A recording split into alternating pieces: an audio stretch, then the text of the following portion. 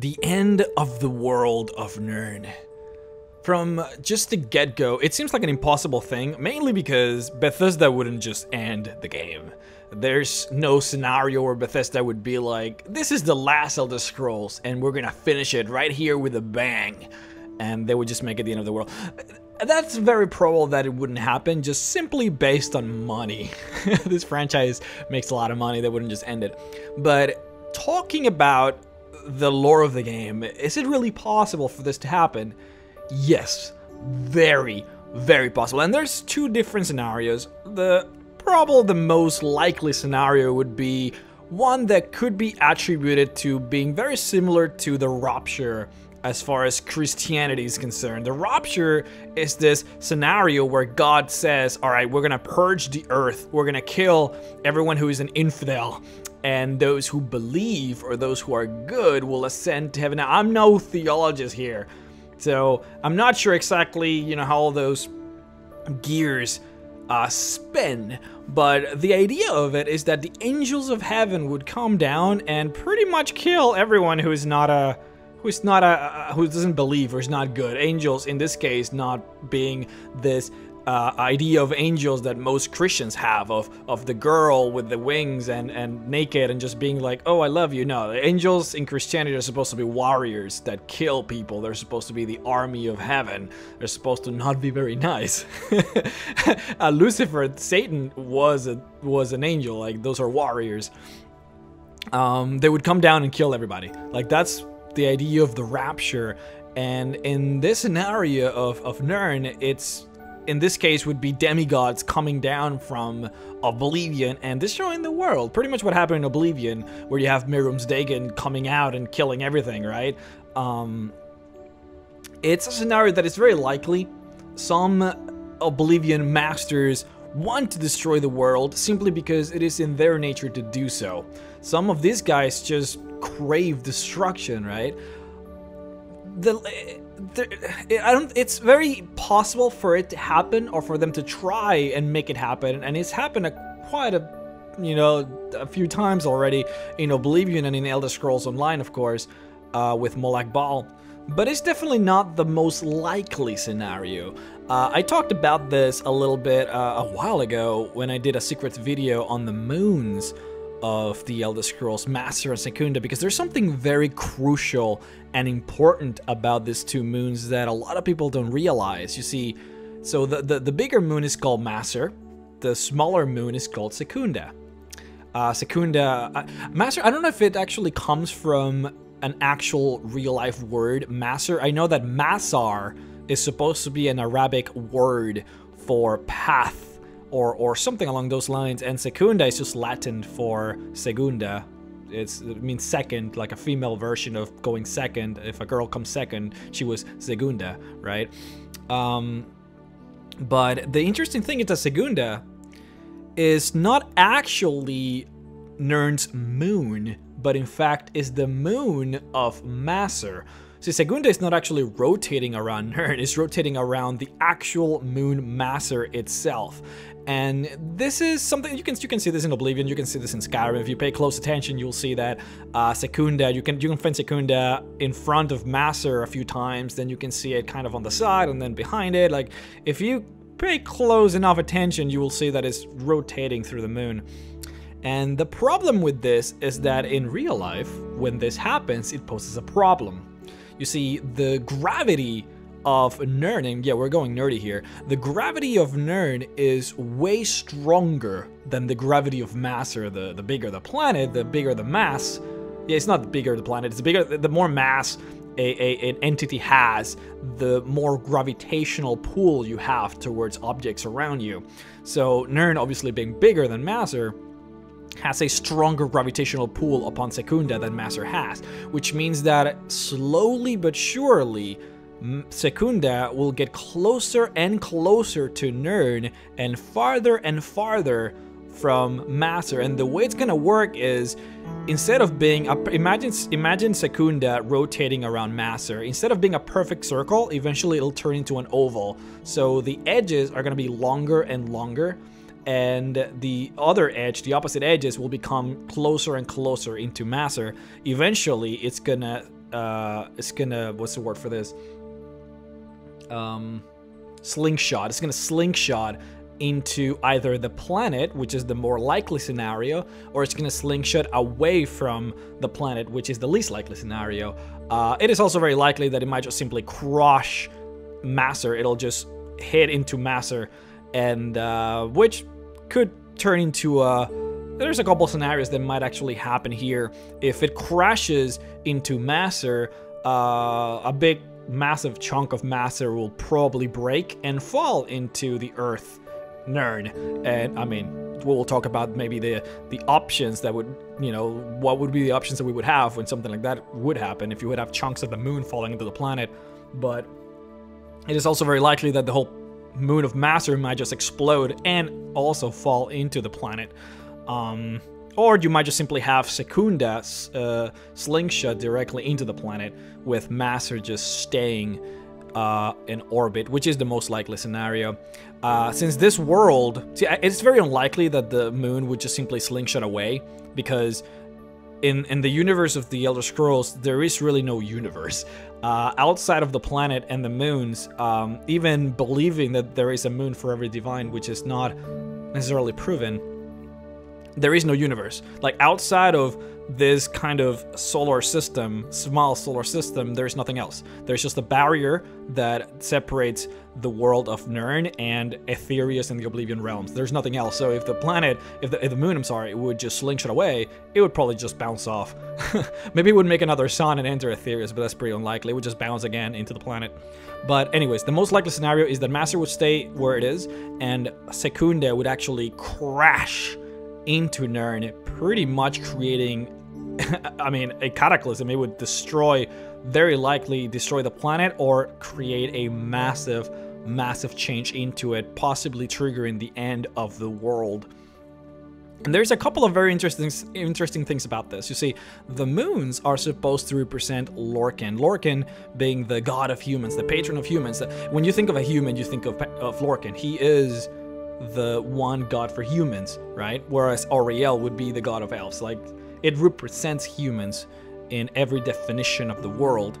And in some origin stories, they claim that when the heart of Lorcan was taken and Lorcan was destroyed, the body was shattered into two pieces, and those pieces became Masser and Secunda. Now, we don't know how true this is, whether his body is really the moon's. It is very unlikely. I mean, you have to understand that there's a lot of origin stories. Every race has its own stories. In a lot of races' origin stories, Lorcan doesn't even exist, right? Like, every race has its own fucking thing. But in some of them, this happened. His body became the moon's. The problem is that there's a lot of evidence to suggest otherwise. Some evidence suggests that his body is just buried in not a specific section of Elder Scrolls, but it's in the planet, because we have stories of him being revived and him coming back to life. And that's the weird part. We don't really know, but some people do say that the moons are indeed Lorcan. But this is interesting because if the moons were to hit the planet, it would mean that the body of Lorcan would be on the planet for people to abuse. I mean, we know what happened with the heart of Lorcan when the elves, the Dark Elves, took on the heart of Lorcan. They became gods. I mean, these people had so much power that they could literally elevate cities, right? Like, a flood came into their cities and they just elevated the fucking cities in the air. You know, like Moses parting the seas or some shit. Like, it's insane the amount of power that having the body of a god might give you. And now you have the full body of Lorcan. It would be an incredible magical spike into the world, and it would obviously change everything. It would most definitely change everything. Everyone would be fighting to get into this asteroid, right? And if it were to fall into, like, this is the type of shit that if it were to fall into Akavir, everyone would go to Akavir, I feel like, right? Like, it would change the balance of power incredibly. Hell, you know what would be even cooler? If it falls in between the two continents, in between Tamriel and Akavir, and would make like a bridge so that everyone could just like join in together. That'd be crazy. But there's a lot of stuff that would happen just from this happening, even, or, you know, regardless of whether it actually is the body of Lorcan or not. Regardless, it would change everything that we know of, right? Now, as far as scientifically speaking, this is a very likely scenario. Like, this will happen. As far as the lore is concerned, developers might not make this until, well, ever. They might just not make it ever if they don't want to. But scientifically speaking, it's a very likely scenario, and it'll happen very soon. Now, the more interesting part about this whole scenario is what would happen to the Khajiits, and this is the part that I really wanted to talk about. All of this is just a background for me to talk about the Khajiits, because the Khajiit religion and culture depends extremely on the moons. Like, the moons, it defines their religion, it defines their culture, it defines their way of life. Why? Because it actually has a physical, it has physical ties to everything. I mean, when a Khajiit is born, whatever shape they take, whether they're a Khajiit or they're a cat, a house cat, it's defined by the moon. And a lot of people have been asking me to explain how this works, because people don't understand really how something like that might happen, or what all the possibilities. Well, here he goes. So you have two moons, right? You have Master and Secunda, Master being the bigger one, Secunda being the smaller one. Whatever shape Master has it makes the most different to the Khajiits. So and picture it this way, the more you see of a moon, the more human the Khajiit will be. The less you see of a moon, so if it's like, you know, if you only see like that kind of a half moon, like kind of very skinny half moon, where you only see this very tiny like C-shaped moon, the more beast-like they become, right? It's not quite that exact, but it's the easier way to see this, right? So, for example, when the moon is full, just you can see the moon beautifully perfect circle, just everything perfect. Then the Khajiits become this they become like a saber-toothed tiger, like a big, massive saber-tooth. The thing is, they're smart. They're not like what you would find in Skyrim, this dumb saber-toothed tigers that kill you in 2 shots if you're playing on the hardest difficulty. Fucking hate those guys. They're actually smart. They might be able to talk. We don't know if they can talk because Bethesda doesn't really tell us anything, but it is very likely that they can talk, and it is very likely that they're very smart. If the moon is waxing, which means the right side of the moon is showing, the left side of the moon is well, unseen because we have no light, then they are what you would find in Skyrim and Oblivion. If you play Oblivion and you play Khajiit, that's what they would look like. They're bipedal, just tall bipedal creatures. If it is new, they become smaller, but still bipedal. So new means that you cannot see the moon at all. It's just completely dark. So in this case, it would be if the moon is blocking the sun, right? Like, I think that's what you call an eclipse, right? I might just be dumb. I might just be full dumb here. But it's when the Earth, when the moon is between the Earth and the sun. So the light of the sun is being shown on the opposite side of the moon that you cannot see. So to you, it looks like the moon has no light because it's blocking the light. So you only see, you don't see the moon at all. I think that's what a new moon, I'm not sure, I'm dumb, but I'm just a gamer, guys. I'm just a nerd, and not the good kind of nerd that actually knows things. But yeah, so when this happens, they're a small kind of, a small bipedal. Not like a baby or like a toddler, more like a, you know, like the difference between like a high elf and a bosmer, you know, or maybe like a big dwarf kind of, you know, like they're actual adults looking like when they grow up, but they're just smaller. And when they're waning, when you can see the left side of the moon but not the right side of the moon, they are pretty much a house cat. So it's not necessarily perfect. It seems like the right side of the moon of both Secunda and Master have very powerful human-like features and intelligence, whereas the right side of both Master and Secunda, the left side, I'm sorry, have not as much power. You know, it's like the right side of the moons are somehow more powerful than the left side or something. It's weird. It's very weird. But most of their changes happen with Master being the bigger moon, and some of the smaller changes depend on the Secunda moon. So most of their physical attributes, like how smart they are, or, you know, whether they're gonna have big fangs or a lot of fur or not a lot of fur, or whether they're gonna look more animalistic or more human, depends on Secunda. And again, the same thing that we talked about, being the more of the moon you can see, the more intelligent and human-like that they will look like, and the less of the moon that you can see, the more animal they will look like. And there's a lot of, I mean, honestly, there's a lot of different shapes and sizes that you can find these Khajiits on, because it really depends, right? If you have a full master, then you have 4 different things that can happen, right? If you have full master, then you have, well, Secunda being full, Secunda being new, Secunda being waxing, Secunda being waning. Every single category has 4 different possibilities. And so yeah, there's a lot of stuff that can happen, but it's interesting because, like, imagine it this way. Secunda, if it is indeed Lorcan, and Lorcan being the representation of what humans are, like, it's almost as if Lorcan is giving the Khajiits power. You know, the moon representing Lorcan is making the Khajiits intelligent. Like, because of the moon, you have cats that are becoming bipedal, like, smart creatures. And when the moon doesn't show, suddenly they become animals. Like, isn't that crazy? Like, we know the moon has powers because there are books in Skyrim where you can read all of this information telling, you know, the Khajiits being like, oh yeah, man, the moons and everything.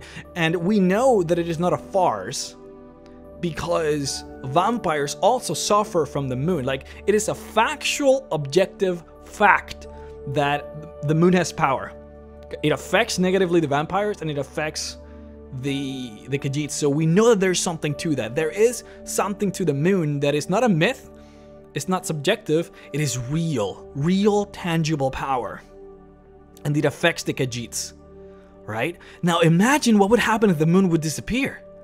Chaos. Not just chaos, but everything that makes the Khajiit human and intelligent would disappear. Without Secunda, you would have, like, this, they would be feral. Every single one of these Khajiits would turn more feral, because what is giving them intelligence is the Secunda being full. So suddenly, without a Secunda, the race of Khajiits could just stop existing. The way we see Khajiits would cease to exist. It is a very strong possibility that if the moon were to fall off, Khajiits would devolve into feral creatures. Is that crazy? The way we see Khajiits would just cease to exist. No more intelligent Khajiits, no more show me your wares or anything. Just saber-toothed tigers and house cats and leopards and panthers and tigers. And that's it. And we don't even know if the Capotoon, the tiger people, I think they're the Capotoon, the tiger, I don't know, they might have another name, but the people from Akavir, the tiger people from Akavir, they could also be suffering the same. And without the Capotoon, the Taeski could just pretty much take over the whole Akavir land, because they're the only ones that are powerful enough to stop them. So the Taeski could take over the world as well. A lot of things might happen, guys. This is serious. Let me know what you guys think. It's crazy stuff, man.